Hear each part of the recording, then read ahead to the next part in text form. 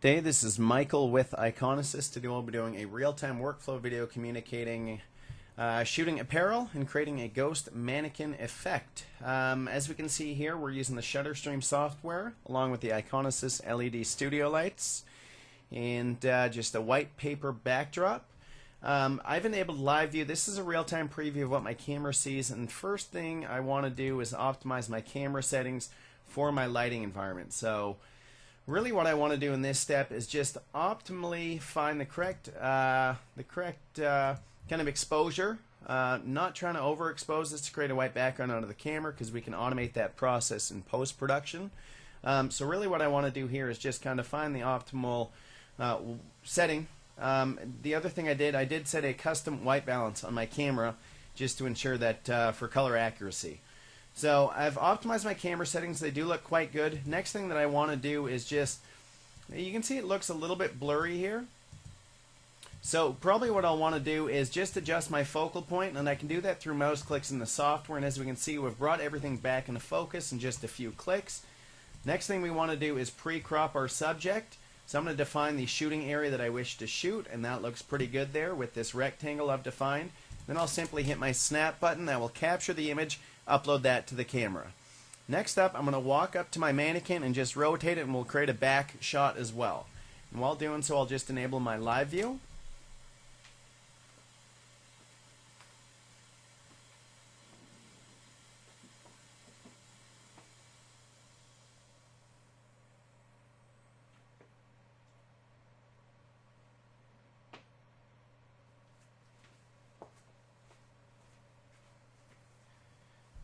We'll go ahead. All our camera settings are retained, so all I simply have to do is just hit my snap button again, and that will capture the next image. Okay, so now that we've captured our two images, as we can see here by clicking in the thumbnail gallery in the bottom left corner, we can view them up close. We can see pretty good quality results captured very fast, very efficiently. Nice and cropped for us too.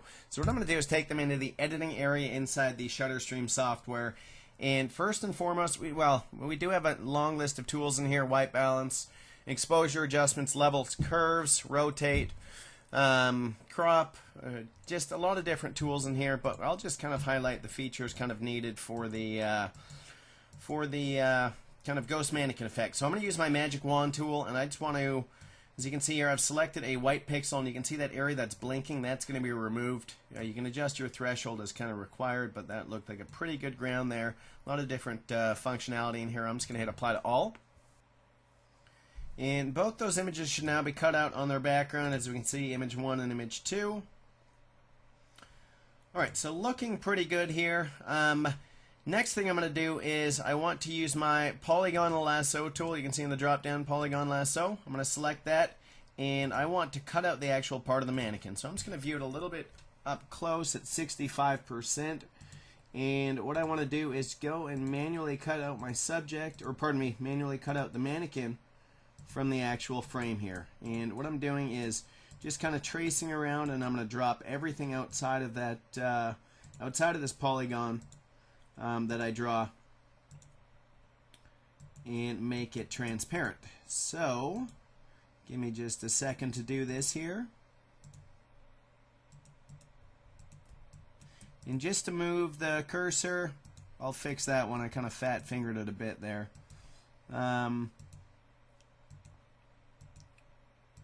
I just hold spacebar just to view at a different location on the actual frame here. So let's go ahead and move it down to the bottom, and we just want to give a nice cutout, and I'll just double click to connect the endpoints. The one thing that I saw over here, I just kind of fat fingered, you can actually move these points after the fact, so I'll just do that. And I'm just going to hit apply, and I want to make sure it is inside the polygon. It's going to cut out to transparent. Now I'll do a little bit of edge smoothing there as well. So I'll just hit apply.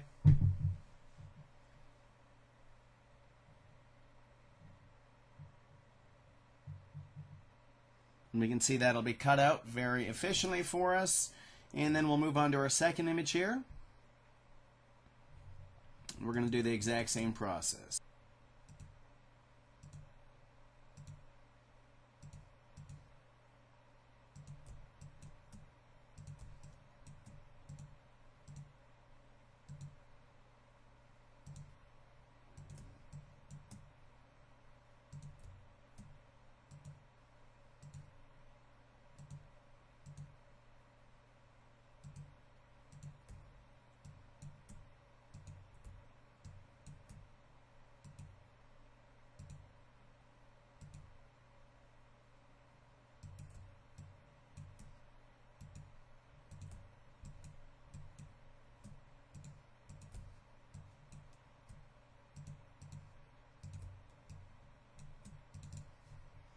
And this time I can just hit delete here.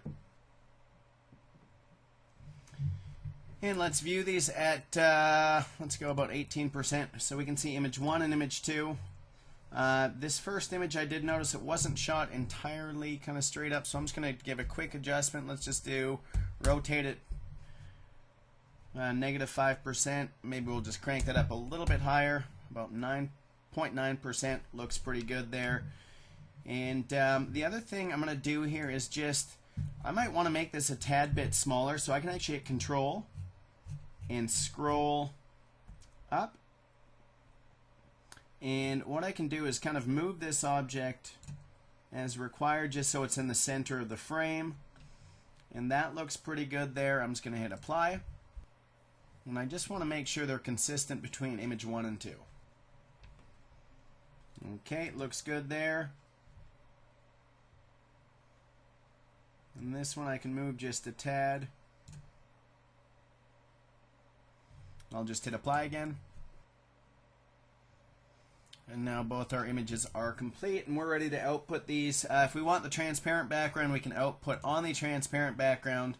But again, you can choose in your alpha blending options, you can choose your background color. We just chose white as the default. But you can choose any color you want, or else output as a TIFF or a PNG image, and that will output with the transparent background. So we're just going to give this a name. Choose to resize. Maybe we want all these images on our website at, say, 1,000 pixels wide. Choose our output location. I hit OK. That will batch save the 2 images.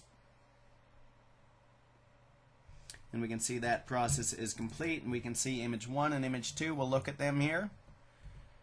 2 high quality results captured very fast, very efficiently. All the editing and processing done. The software name is ShutterStream, product photography software. If you have any questions, please don't hesitate to contact us. Thank you.